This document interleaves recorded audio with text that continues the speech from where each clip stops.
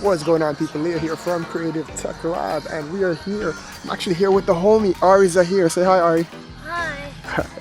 We are out here just at the beach trying to grab some shots with the phone in Filmic Pro just to show you guys how to expose properly. So the light was actually already kind of soft, as you can see in the background. The sun is already ducking down there.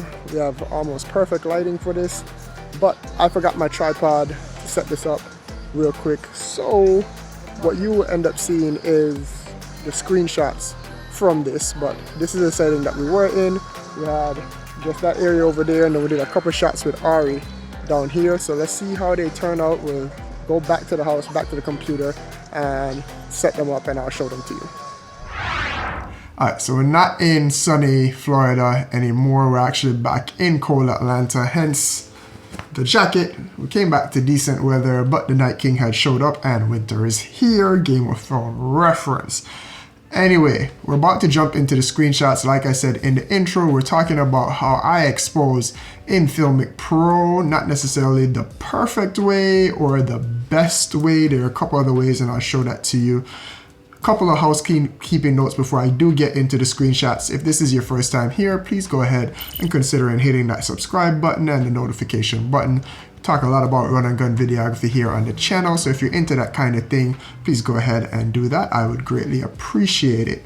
The other two things is, as I'm showing you how I expose properly, I'm using Filmic Pro's Live Analytics, which is the A button. Let me just go ahead and show you what that looks like here. All right, so let's get another screenshot going, and I'll have open up Filmic Pro real quick. But as you could see here, with my big old light dome and stuff there, the Live Analytics button is the A right here that you're gonna wanna open up. And that will give you your zebras all the way to the left. The second one is clipping. The next one is your false color, and then the other one is focus peaking, which is not relevant to exposure. However, I use the zebras, and the red zebras show where it is that you're clipping, and the blue zebras show where it is that is underexposed. So overexposed and underexposed there. That's what I use. If you know how to use false color, you're familiar with it, or if you just like clipping, it's very similar to the zebras. Whichever one you want to use, but I wanted to go ahead and just do that as housekeeping, because when I get into the beach shots, I already have this button clicked here to pull up the Live Analytics.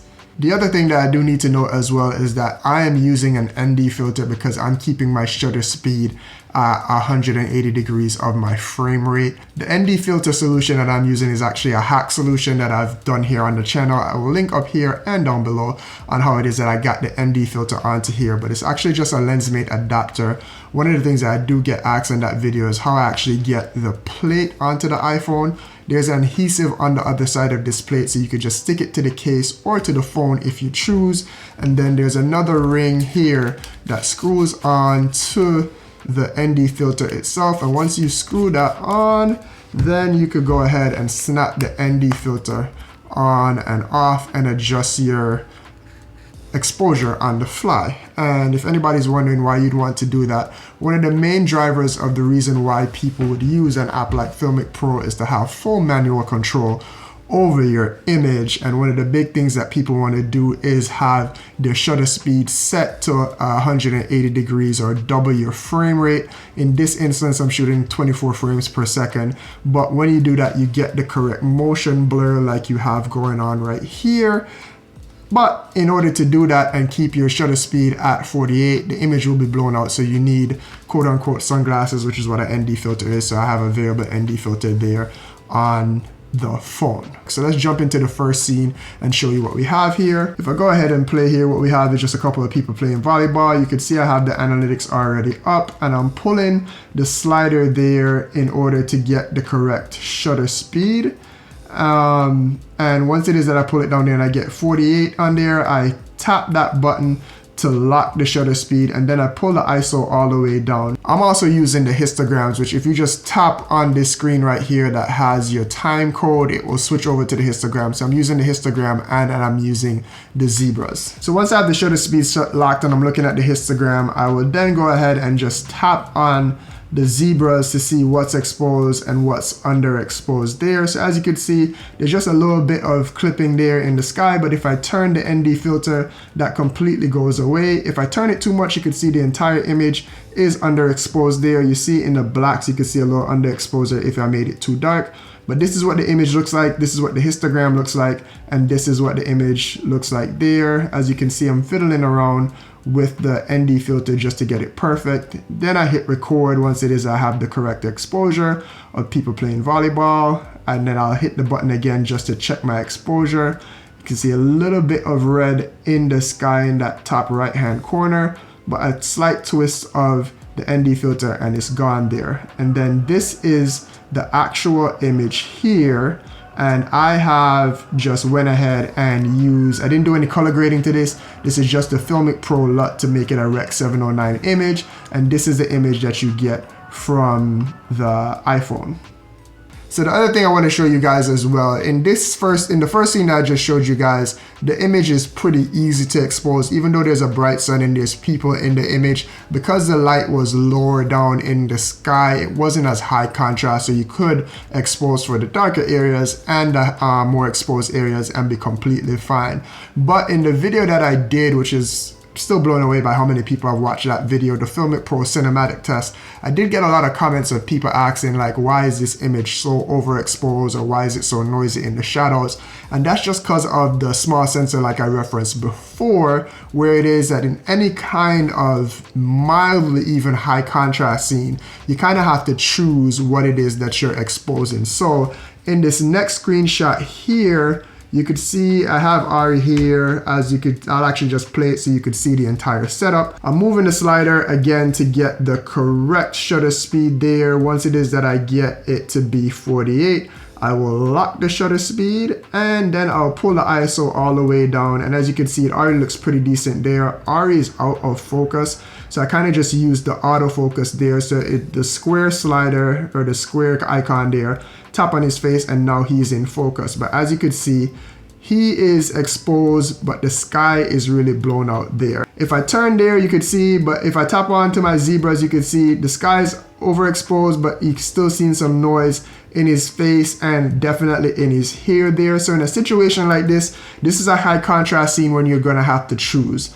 I ended up choosing, and I kind of just went through the situation here since he was kind of cooperating with me. I turned around here to see if the lighting was any better, but it was still a similar thing where I had to kind of choose what I was going to expose for his face. Once he starts cooperating there, yes, there he goes.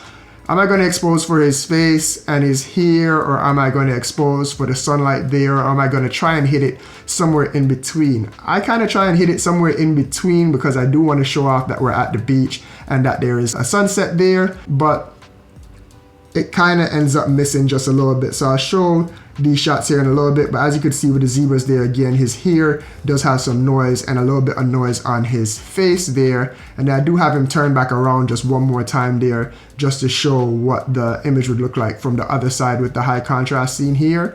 There he goes. He's actually concerned about some kid that was off in the background. But as I set this scene up again, I'm recording, I'm turning the ND filter to get rid of everything there in the sun, but you can see there's still a little bit of noise in his shirt and his face a little bit. This is what the image looks like. And then let me show you the final image here. All right, so then here's the final image here. You can see it's a little bit overexposed, and then I do turn the ND filter. This is the final actual image that was recorded to the phone. And you can see there's a little bit of noise in his face. This image just has the Filmic Pro D-Log LUT on it. It's just Rec 709. If you did want to, I guess you could pull the shadows a little bit down to get some of the noise out of his face there. But that is pretty much it there in terms of how it is that I expose. And then, like I said, you're just gonna kind of have to choose what it is that you're gonna get, more of the sky or more of the face. More times than not, it is more important for you, obviously, to expose for your subject. But if you really wanted to show off the sunset in this case, then you could kind of maybe try and strike a balance in between the two. So that was just a quick video to show you guys how I expose in Filmic Pro. And if you want to use the live analytics, you can either use, as I said, the zebras, you can use the clipping method, or you could use the false color if you're more familiar with that. If this video helps you in any way, shape, or form, please go ahead and drop it a like. That does help the videos out and help the channel out a lot. And again, please go ahead and consider subscribing for more videos like this. I've done a few Filmic Pro videos before, and there will be a lot more to come, as well as all things creative like we talk about. And if you do have a different way that you expose, then please go ahead and let me know down in the comments, but I will catch you in the next one. Peace!